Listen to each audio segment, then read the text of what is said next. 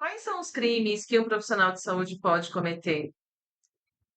Evelyn, eu acho que são poucos os crimes, né? Por exemplo, exercício ilegal da medicina, da odontologia, da farmácia, né? E de outras áreas. Falsidade ideológica, quando se assina um documento que não condiz com a verdade. Eu acho que são esses. Tem mais, muitos mais. E, infelizmente, muitos profissionais da saúde sequer sabem que pode estar cometendo, ou que já cometeram, ou até pensar na possibilidade de fazer algo para não entrar nessa situação. Gente, nós estamos falando de crimes, está dentro do Código Penal. E no momento que você não sabe, consequentemente, você pode estar fazendo, né, por não saber, e consequentemente, lá na frente, você responder por algo que sequer alguém te ensinou. Mas, Evelyn, nunca ninguém me ensinou, não tive na faculdade e fica por isso mesmo. Não, não, não, não, não. Na teoria, tudo que está publicado você deveria saber, ou pelo menos ir atrás, tá? Mas, graças a Deus, estou aqui para ajudar vocês. Então, vamos estudar alguns dos crimes cometidos pelos profissionais da saúde. Vou começar por aqueles que vocês mais conhecem, né? Apesar de não serem tão comuns dentro da área da saúde, pode sim acontecer, né? Então, a gente tem aí os crimes contra a pessoa. Então, nós temos os homicídios, lesão corporal, abandono de incapaz, maus tratos, injúria e assim por diante, tá? Então, assim, quando a gente fala de homicídio, é muito comum a pessoa falar, não, porque a pessoa lá na rua pegou e foi atrás e matou com arma de fogo, outros materiais, né?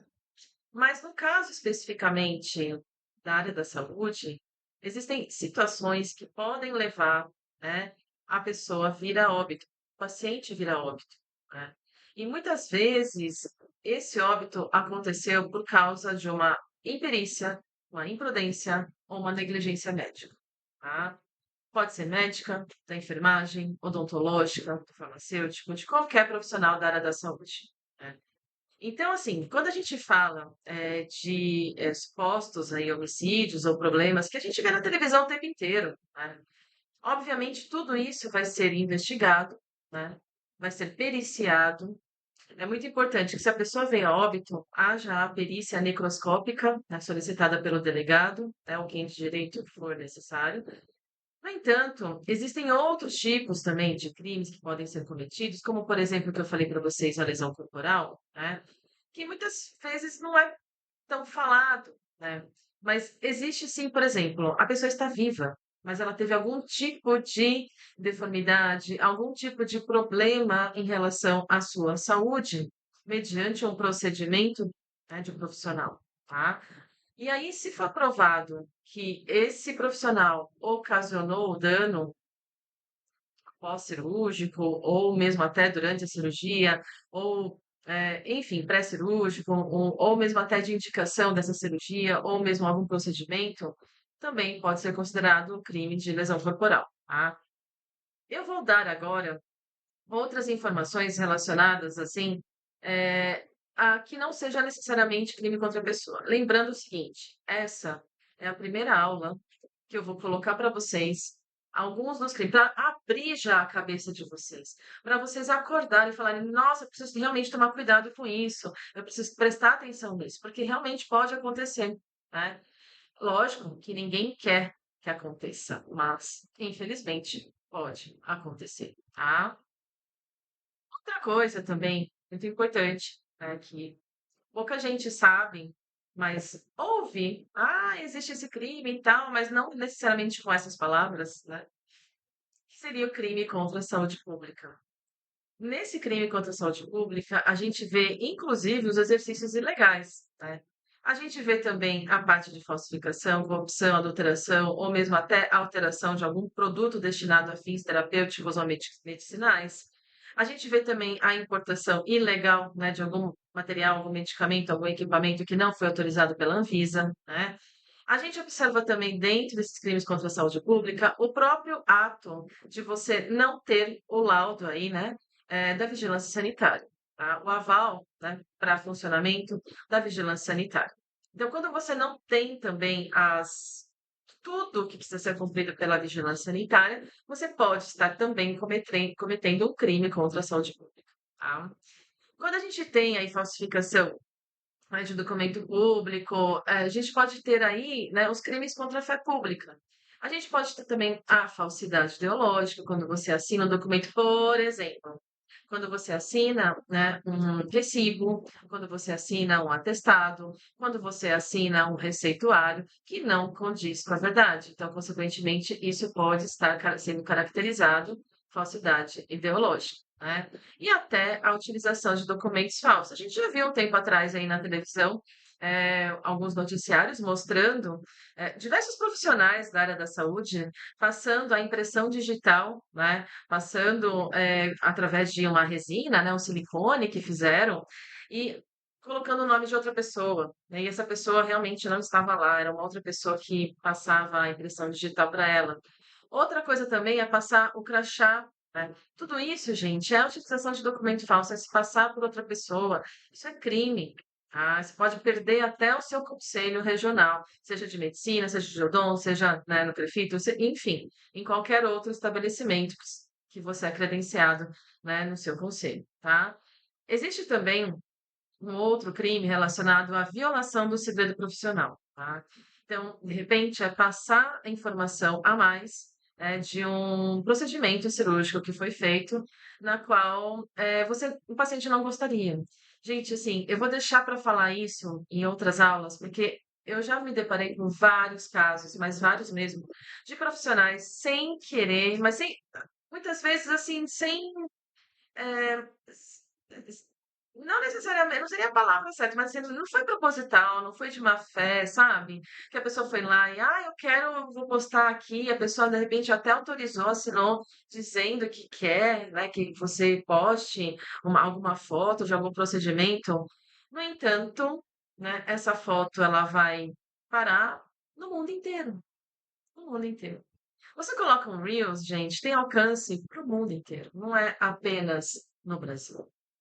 E, consequentemente, de repente, essa pessoa ela começa a observar e fala: Nossa, mas peraí, né? Tem alguma coisa aqui estranha? Postar a minha foto, tudo bem que não dá para me identificar, mas dá para ver minha tatuagem. Né? Dá para ver ali, olha, que sou eu. De repente, algum namorado, alguma pessoa mais próxima de mim sabe que sou eu. E aí? Ninguém sabe que você fez aquela cirurgia. E a pessoa postou, né? E você, por mais que autorizou, ela não informou você dizendo que onde iria postar, qual alcance teria, o que que aconteceria, né?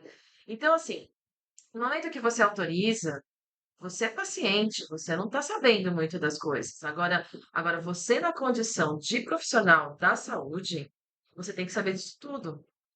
Você tem que mostrar para o paciente. E se de repente o paciente olhar e não gostar na mesma hora, você pode e deve retirar. E informar ele. Estou postando no tal dia, tal horas, etc, etc. Caso queira retirar, me avise. Tá? Então, informar ele que ele pode solicitar a retirada desse material. Tá? Então, assim, será que por mais que o paciente assina, ele realmente está sabendo dos riscos e benefícios, se o quanto você vai mostrar dessas informações? Ou isso é bem complicado, né? Teve uma vez também que eu peguei, eu vou falar uma aula só de segredos profissional depois, mas assim, existem várias formas hoje da gente postar as informações e o paciente eh, não gostar. De repente a família não sabe, a família inteira te segue também, ela não quer que você que saiba, né? Eu fiz também procedimento cirúrgico. Será que eu poderia falar, né, para todo mundo? Será que eu quero falar para todo mundo? Ou não, eu posso fazer de repente um post, né, para um médico e falar, doutor, o senhor foi magnífico, eu adorei o seu procedimento, eu citando, eu fazendo, mas eu não vou falar o que eu fiz e nem ele vai falar o que eu fiz. Eu não quero entregar o que eu fiz. E aí, tudo bem? Tudo bem, né? Omissão de notificação de doença, principalmente para os médicos, mas também tem a enfermagem, né? E também a odontologia. Afinal, a odontologia, o cirurgião dentista bem capacitado, ele pode identificar várias doenças também e fazer o diagnóstico, né? Lógico que na maioria das vezes vai ser feito aí o diagnóstico em conjunto de doenças infectocontagiosas, né? Mas, gente, tomar muito cuidado, que quando for da sua competência, há necessidade, sim, de notificação compulsória da doença, certo? Então, entra lá no site do Ministério da Saúde, existe lá na prefeitura também, dependendo da prefeitura, um lugar específico para você fazer notificação de doença compulsória, certo? Omissão de socorro. Ai, gente, isso aqui também é bastante complicado. Porque se você for o único médico, a única enfermeira, o único cirurgião dentista para socorrer aquela pessoa naquele momento, naquele lugar, vai ser tu mesmo. Vai ser você, não adianta. Ah, mas Evelyn, gente, são os primeiros socorros. Eu não estou falando para você fazer o ato cirúrgico, eu não estou falando para você extrair dente lá naquele momento. Eu estou falando para você fazer o socorro. Por isso que eu falo, assim, toda a nossa profissão, a gente precisa ter essas noções. Quais são os primeiros socorros que nós precisamos fazer? Qual é a necessidade daquele paciente? Vou sair pegar ele no colo e sair correndo, né? O que que eu posso fazer? Lógico que eu só posso fazer aquilo que eu sei, aquilo que eu domino. Pelo amor de Deus, não vai fazer uma coisa que você não sabe fazer. Aí você vai causar o prejuízo, né, no paciente, ao invés de você ajudar esse paciente, né? Expor a vida ou a saúde de outrem a perigo direto e iminente, principalmente quando você tem produtos ilegais no seu consultório, quando você tem botijão de gás, botijão de oxigênio sem manutenção, sem manutenção de uma empresa credenciada. Isso tudo, gente, pode trazer grande prejuízo à saúde. E a vida das pessoas também, né? Existem produtos químicos, né, oriundos de farmácias ou mesmo até outros estabelecimentos, que eles precisam ser armazenados da forma adequada. Caso contrário, eles correm o risco de explosão, correm o risco de contaminar o meio ambiente, tá? O próprio descarte, eu sei que existem poucas pessoas ainda que têm amálgama, né, nos seus dentes, eu tenho ainda, e eles estão começando, aliás, faz uns 5 anos pra cá que eles começaram a quebrar, literalmente quebrar, né? Aí lá vai fazer procedimento odontológico, né? A pior coisa do mundo é outro dentista atender a própria outra dentista, né? Porque ela é a mais chiliquenta que existe, como eu sou chiliquenta, né? E assim, gente, sim, foi quebrando. E como é que a gente descarta, né? Nós, da odontologia, a gente já aprendeu a fazer isso, mas tem lugares que nem faz mais procedimentos e nem o próprio descarte da amálgama, né? Então fica um pouco mais difícil, acaba não sabendo. Então vai atrás certinho, que hoje eu não vou falar sobre isso, né? Mas vai atrás certinho e descarta da forma correta também. Caso contrário, você pode estar cometendo crimes, né? Inclusive ambientais.